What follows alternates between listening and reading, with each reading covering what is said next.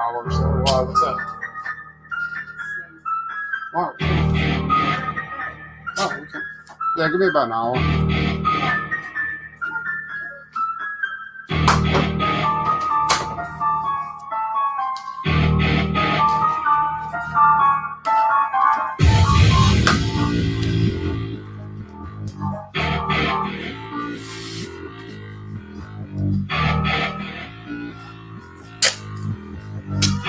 What's up, Bill?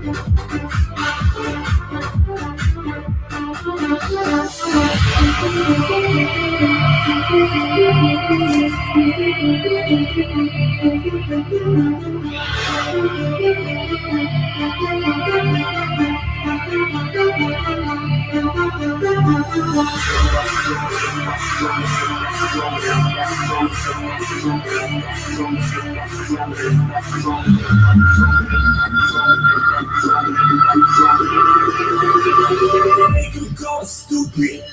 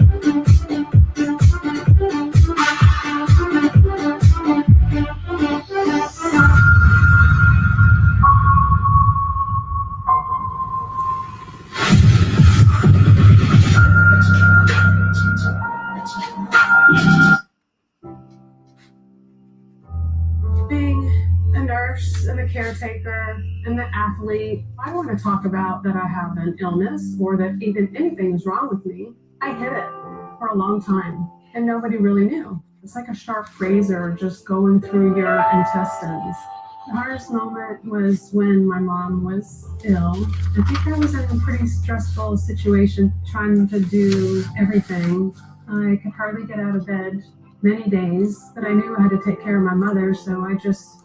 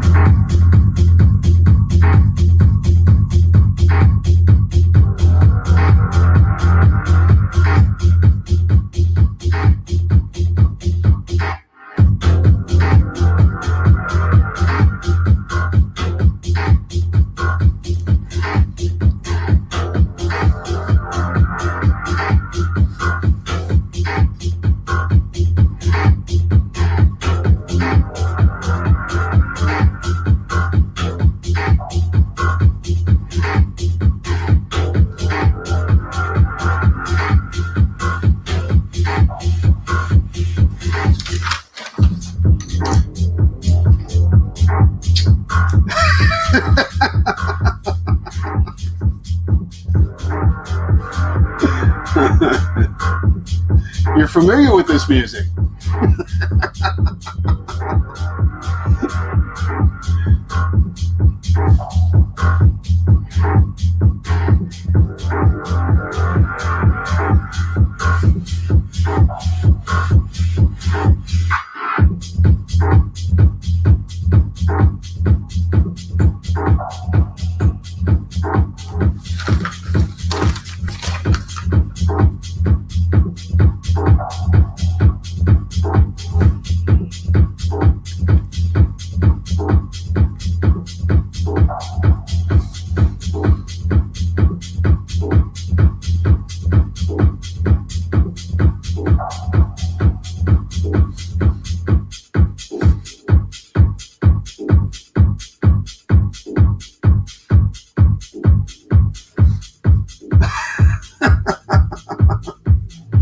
Art is a drug, Sweens. Art is a drug.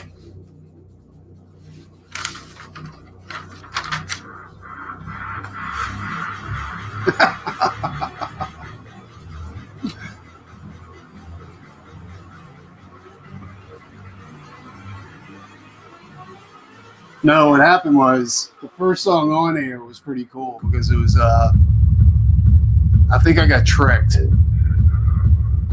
Here, let me show you. The first song on here is Rain and Blood.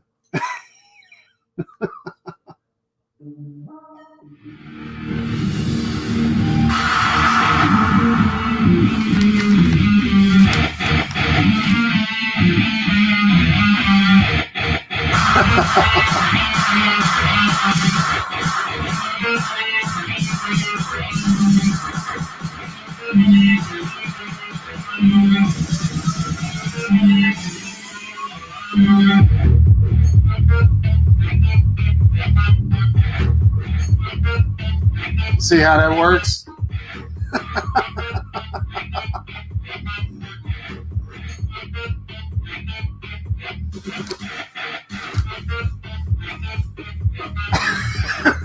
All right.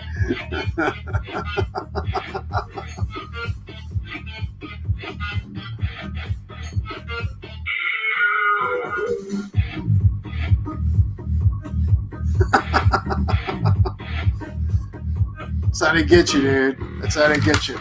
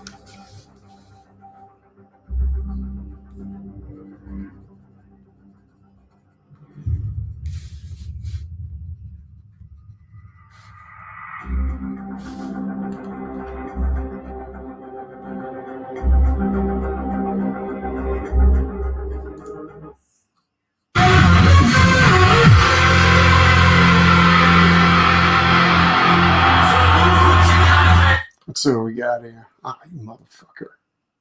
All right.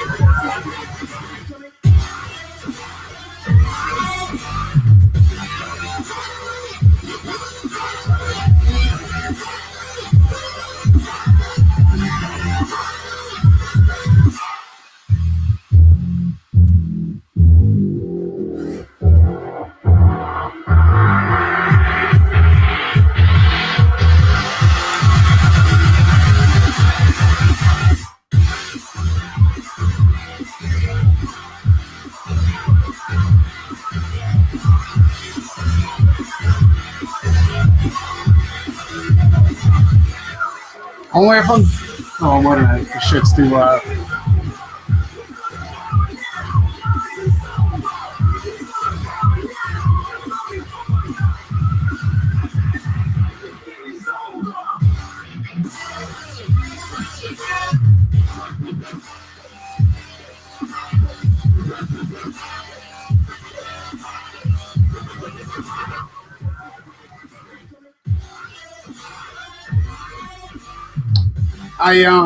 If I'm going on straight Bristol board, I'll go ahead and put a little bit of clear on there, like a flat clear, to go ahead and seal the paper up so that it doesn't warp as much. Like it still warps.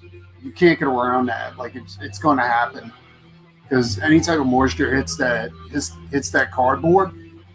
It's it's paper. It's going to do what paper does. But yeah, dude. Like I put a little bit of clear on it and to seal it, but you have to follow standard watercolor techniques whenever you go ahead and you do any type of wet medium on on paper. So you have to go and you have to tape down the edges and let it warp the first time around. And everybody says it doesn't warp the second time, but it always warps. So, anybody who says it doesn't is fucking lying. Or they're not using a lot of water. Why, you do some watercolor swings? In fact, I'm going to do some live painting on here too once I'm done with this. I want to finish that Lords of Oblivion piece for the Lords of Oblivion book that I'm going to be working on with Joe Vigil, Tim Vigil's brother. Name drop. Boom. But yeah, so I'm going to do that live. I did some of it while I was on Peter Sameti's channel. But I want to finish that up. Yeah, watercolors are great, dude. Like watercolors are phenomenal, and you wouldn't believe how many artists out there actually still use them, and not just for like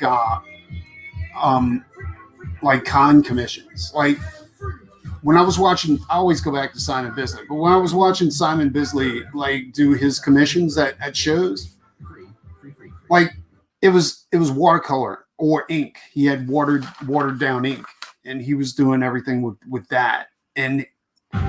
But that's what he uses whenever he does regular production art too. He uses watercolors or whatever he's got on hand, but he always bleeds the paint. Which, what I mean by that is he basically throws a bunch of water down and lets the paint just go all over the place. But he doesn't coat his paper, and that shit warps like crazy. And plus Alex Ross. I mean, Alex Ross uses water. That's all he uses is watercolor whenever he's doing his work.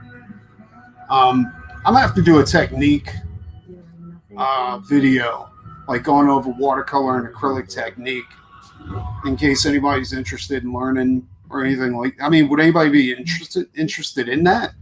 I know all of you motherfuckers work in digital, you know?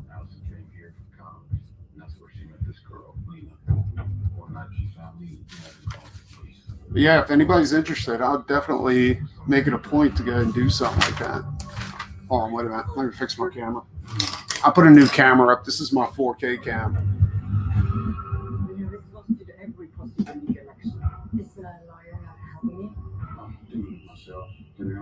I think it goes much deeper than just wet on wet. Like because I'll be honest, what I do sometimes too, like I always mix mediums. Like hold on, let me find my pens. All right, like what I do is like I'll use acrylic pens when I'm also doing watercolor. But this always, like the pigment from the watercolor always soaks into you, so you got to expect the color to change. And like for a solid like crazy white, I use PH Martin's pen white, and this is what draftmen use in technical pens and shit like that. In fact, when I did that piece for Phil, I used this white to go over those watercolors. And another thing I like to do too, but I'm probably going to stop because it's not really the most efficient way to do color drops. Is I use PH Martin India ink, and it works, but it's almost like putting a clear on your work, and it doesn't match up with everything else until you finally like put your the sealant over the whole piece after you're done.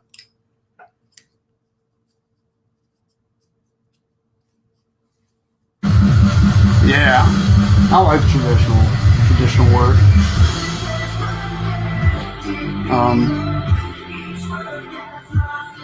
Like I've been thinking lately about maybe doing some production art digitally, but I'm just not sure. I mean, if I make an investment of buying a Cintiq again and spending that $2,000 or $1,500 or whatever the fuck it is, because I know Cintiqs are a lot cheaper now. But if I get one, I'm going to want a huge fucking Cintiq to work off of. I don't know if I can control the OCD that goes along with that. So I don't know, dude. Like, because I mean, it's about quality and speed with me, and if I feel like I'm losing quality, or I'm gaining quality but losing speed, that's kind of okay. But I mean, the problem with digital is I don't know what it's going to look like until it's printed sometimes, you know? And with traditional, I know exactly what it's going to look like before it's printed because I'm holding a piece in my hand, you know? But I don't photocopy, I scan everything in. So after I'm done, I just throw it on top of my 11x17 scanner. It's like my, when I do pages, like everybody knows I do my pages like 2 to 3 times bigger than anybody else like does theirs. So they do theirs at 11x17. I do mine at 15x23. So whenever I scan those in, I have to scan them in parts, like sections, and then reassemble them in Photoshop. It's a pain in the dick, but it's worth it because the work I can produce that way, I feel like it's not subpar, you know. And if I was to work on a page at 11x17, I'm always going to feel like it's subpar because I get claustrophobic and when I'm bound to an 11x17 surface. I thought about an iPad. I don't know, dude. I mean, I'm probably going to have to get an iPad anyway for the tattoo shop because all they do, like whenever they don't use paper and pen anymore, they just do all of the like the sketch work on their iPad and just go straight to the printer and print it out. So that's definitely a possibility. And I don't mind getting one because I mean I have 1,000 different uses I can use an iPad for. But I don't know. What do you use, Swings? Do you use an iPad or do you go with or do you use a Cintiq whenever you do your frog book? Your frog book.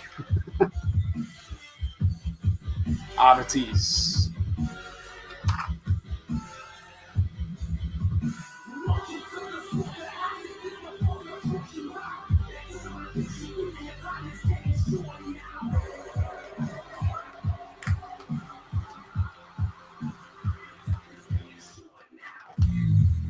No, you can do that too. Like if you got a really good camera on your phone, Jet, you can definitely do that. Like for the longest time, I had a Nokia cell phone that had the best camera. It had like a 44 pixel, 50 pixel camera attached to it, and I would take pictures of paintings and like use those as cover photos, like for to send off for production.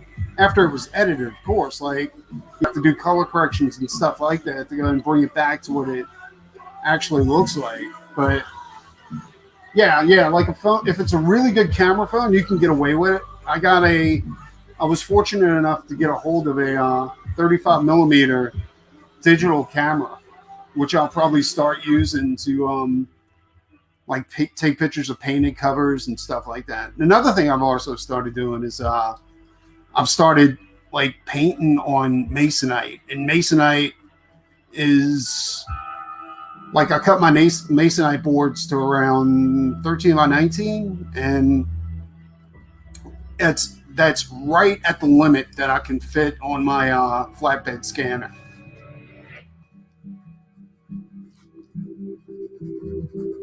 But yeah, there's nothing wrong with a cell phone. There's some cell phones that if the pixel's high enough, there's nothing wrong with it.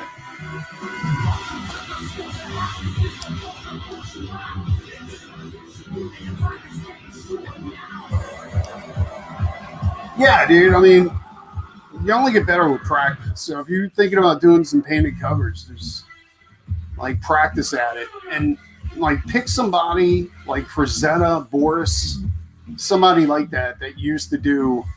I think both of them are dead now, but like find somebody's work that's really, really quality and try to match the quality. Not necessarily their style, but their quality, and see if or what I did was when I decided not to do digital, the goal for my art was then to match what people were doing digitally. So if I decided to go traditional with my art, I had to make sure that, you know, I couldn't use the excuse that, well, it's not as good as digital because it's traditional. No, you can't do that. Like, so the object was, the goal was to surpass what people were doing digitally, you know, and do it traditionally. And I think I kind of did that, you know, because along the way I learned that there's more options when you do things traditionally. Yeah.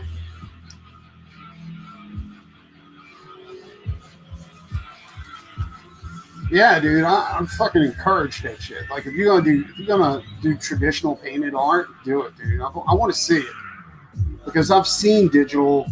I think I've seen the limitations that people put on themselves when it comes to digital art. And you know, when you limit yourself to whatever's downloadable as far as brushes and stuff like that, I mean, you got to realize that you're one person out of millions that are using those same brushes to go ahead and try to create something unique. And I don't know. I just don't think it's going to come out unique when you're using the exact same stuff that everybody else is using. You know? Whereas when I do things traditionally, anything is a possible texture, from, you know, a kitchen sponge to a balled up like napkin is a possible texture. And I've done all of that. Like I've used all of that at one point to create textures in my work, especially the aliens. When I was looking at alien skin, I would go ahead and I would use cabinet liners and cut them up and paste them onto like super glue them to rollers and just roll them on there, you know, to create textures.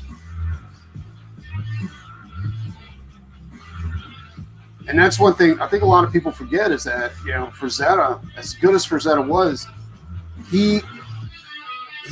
Boris, Frazetta, all those guys were unique because they were doing things traditionally, and like everything was a possible tool for in their paint kit, you know. But as far as production work, I don't see digital being a bad thing. Like, but if you think about it, digital just gives your editor or the person that you're working for more options to edit your work. And honestly, I think when people who are hiring you to do a job have too many options, that just makes it harder on you. You know, you can deliver a perfect page and they can still edit it because they can, not because it needs it.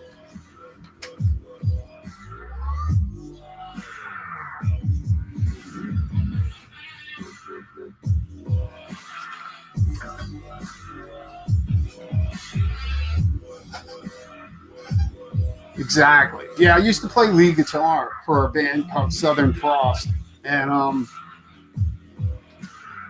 yeah, like we used to bash the guys who use synthesizers and shit like that. Like it was, yeah, who got guitar effects through their synthesizers. Yeah.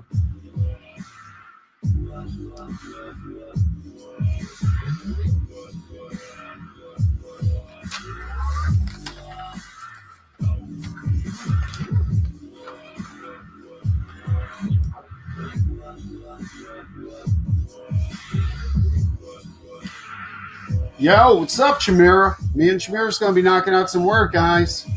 Shamira hit his 7K goal. That means I get to do, I'm not sure how many pages, but it's going to be fucking amazing. He's letting me cut my teeth as far as like painted pages on this book. I'm not going to let you down, dude. You're going to love it. Yeah, well, you know what? Besides what you're listening to now, I can't work without music in the background. So there's an abundance of techno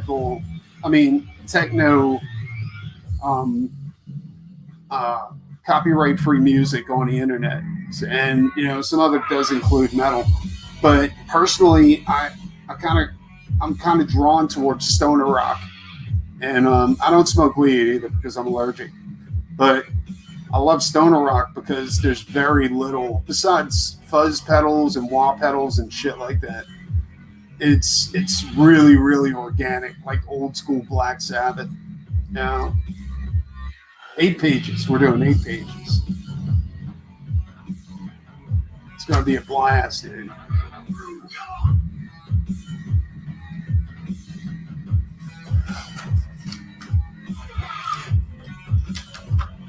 Yeah, dude, fucking stoner's badass, and I just get into it, dude. Fucking stoner rock's the shit. If you can, check out a band called Diablo Boulevard. They're fucking badass.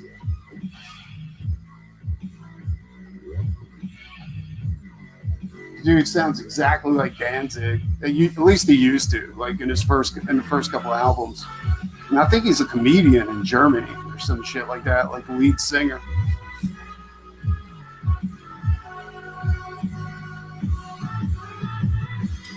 I do like Viking metal. I do. I think that shit's fucking badass. And to me, it's kind of like pirate metal. Like it's funny as shit sometimes, too.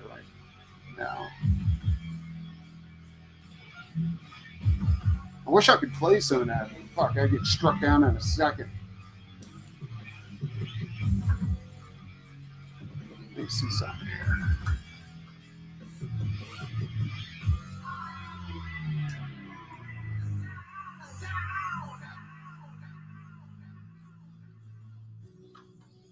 Yeah, I know, right? Anything Viking is cool.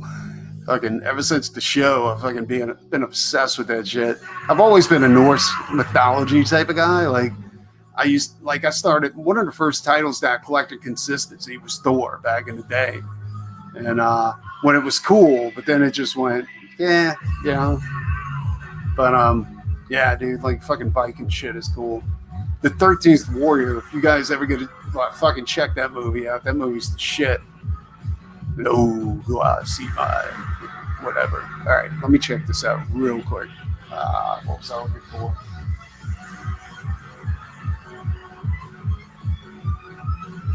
Yeah, dude. Shit. Oh, now I know. All right, fuck. Memory's foggy as shit. Can you imagine if I did smoke weed? Holy shit, dude.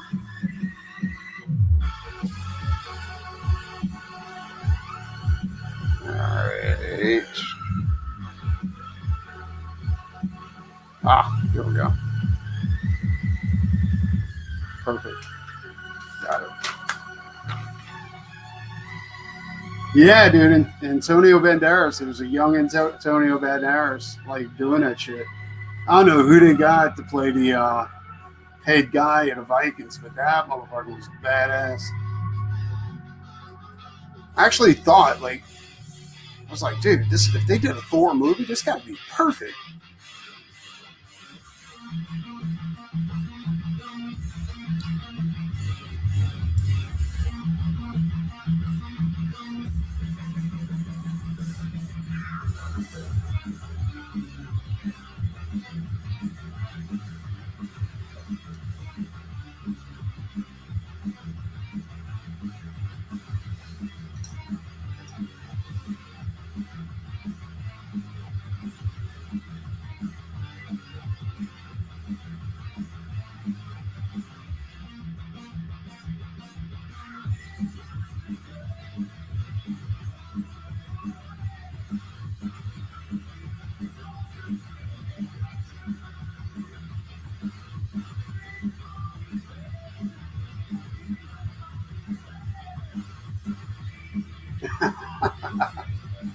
Fuck yeah, dude. I remember that. They were fucking around telling him about his sword and his horse. They thought his horse was a little man, a little boy's horse or some shit like that. They're riding all these fucking war horses.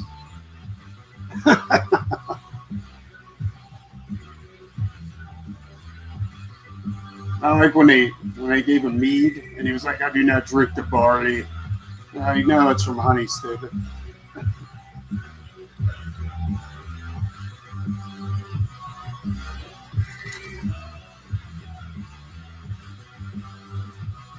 Boy, I had to show him up with that fucking Arabian though. That fucking stallion was badass, son.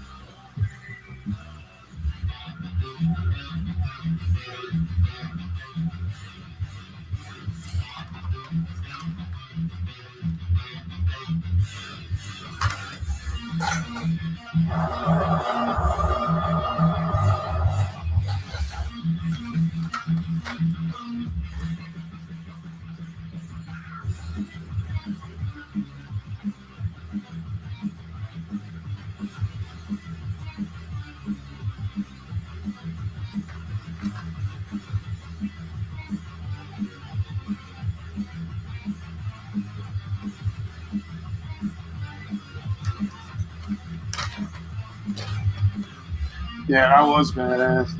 I fucking love that movie, dude. I'm gonna have to watch that again. I got it around here somewhere. I'm gonna fucking dig it out. It still works. Fucking DVDs, dude. I don't think I pulled out a DVD in fucking forever.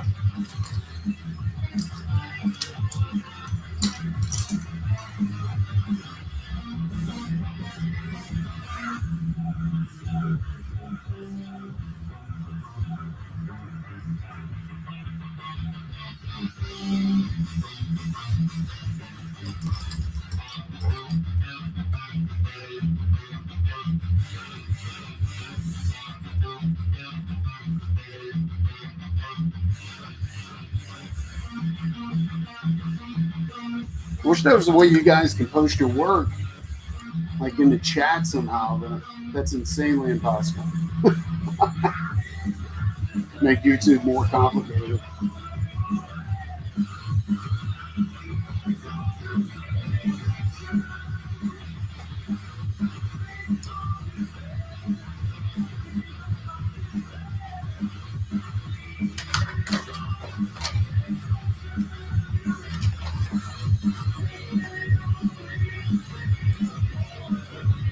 Oh, get out! You got that many DVDs?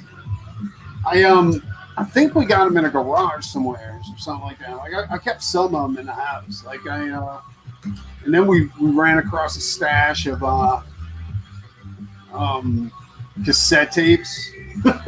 And we tried to play one, the motherfucker fell apart. Yeah, dude, and some VHS tapes too. I was like, motherfucker.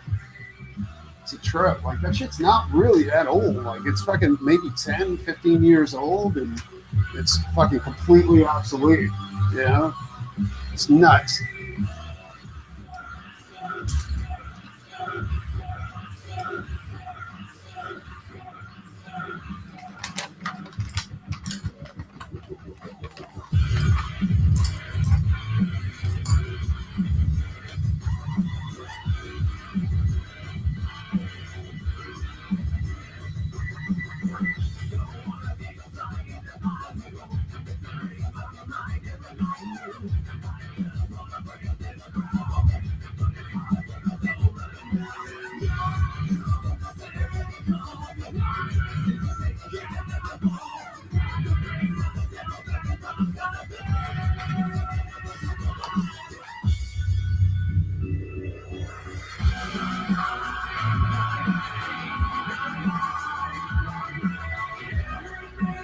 fact, I got to do a commission for my comic dealer.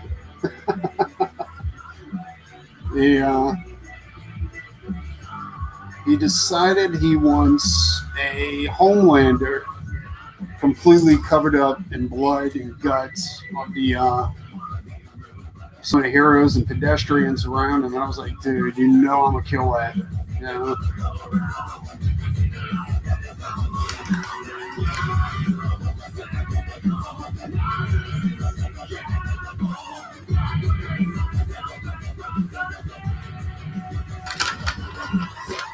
All right, guys, I got to get the hell out of here.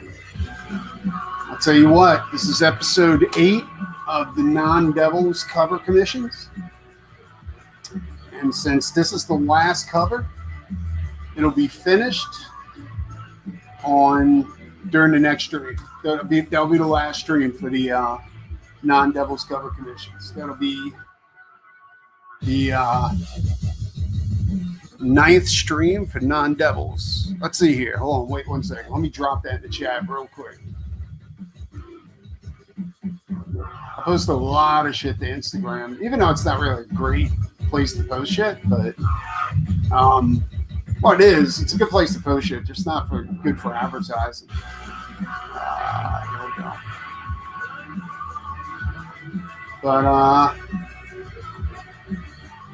like, follow, and subscribe. Hit that button for all updates of the Doc Salem show in Art of Preston Acevedo. And I'll talk to you guys later. You guys take it easy.